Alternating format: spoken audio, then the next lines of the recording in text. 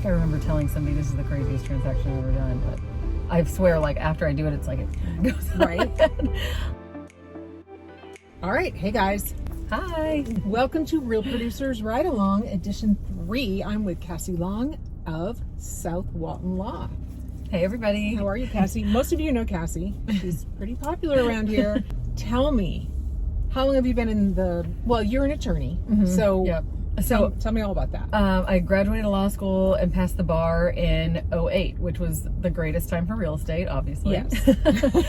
So I've been through some real bad times and some good times. And so started in 2008 and worked with another attorney for a few years and then started South Walton Law in 2011. Okay, so you founded it? Yes. No, you have a partner, right? Yep, Emily Rogers, and she does closings too, but she also does some litigation and like estate planning and probate kind of thing. So things that go along well with real estate. So it's a law office, but like we do title. So you could either be a title company or a law office to do it. And it actually would probably make more sense to be a title company. Like the advertising rules and stuff are different, but I just never did it. Okay. So you're a law office that also does closings, does title. Okay. Yeah.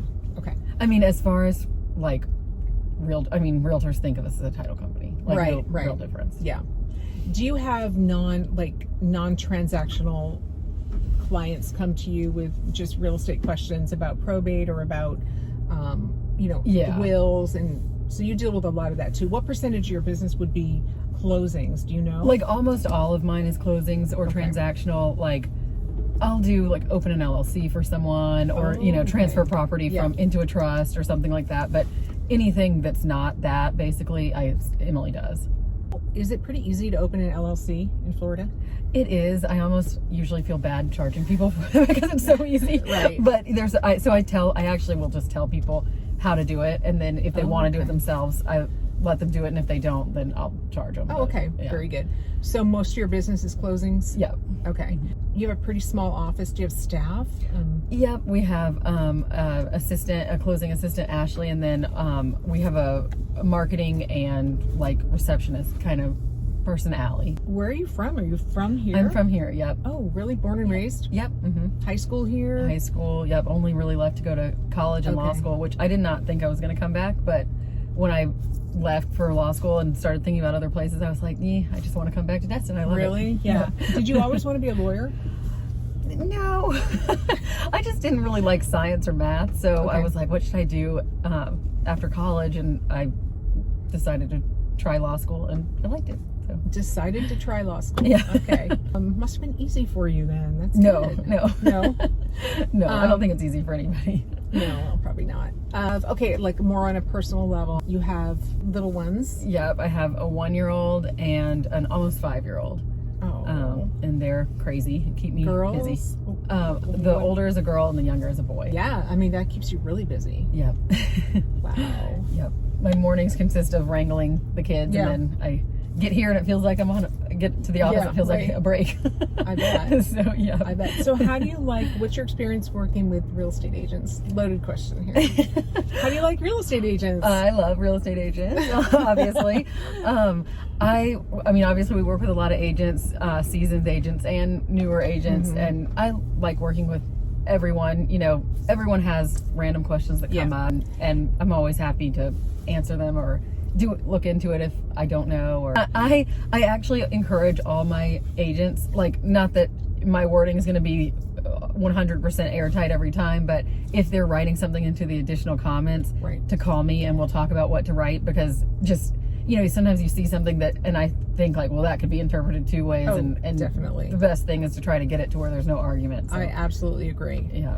So how do you feel here locally? There's a lot of competition in the title company space. Yep. So, and you're a very small firm. Like, how do you feel about that? Is that part of what your attraction is? Yeah, that's what sets us apart, because I do make myself available for everyone, and we can kind of customize what we do. Like, I just got done driving out to a lender to do a closing, or like we have different agents who want us to order certain things, and we can kind of keep track of it because we're not so big that there's like a bunch of hands on each file. So what we do like is that you're always going to be dealing with the same people on your file throughout the whole process. That makes sense. So it's not going to be like, oh wait, I didn't know about that because so and so didn't input it or whatever. So we feel like it just works better that way. Yeah, you have a lot more ownership over every file, and you know what's going on. Yeah, I can see that. And then you make friends probably pretty easily with your agents. Yes. Yeah. Have you ever had a really wacky transaction, like something that just went sideways or could have gone sideways? We definitely have. Kind of hard to think of on the spot. Don't name names. Honestly, every transaction can get wacky. I feel like every transaction is just this far away from disaster. Yes, that's true. Yeah, I mean, we've had, one, there was a crazy one recently. I feel like I remember telling somebody this is the craziest transaction I've ever done, but I swear, like, after I do it, it's like it goes right. That's probably a good thing. Yeah. Tell me this, because I get this question a lot from people in the state of Florida.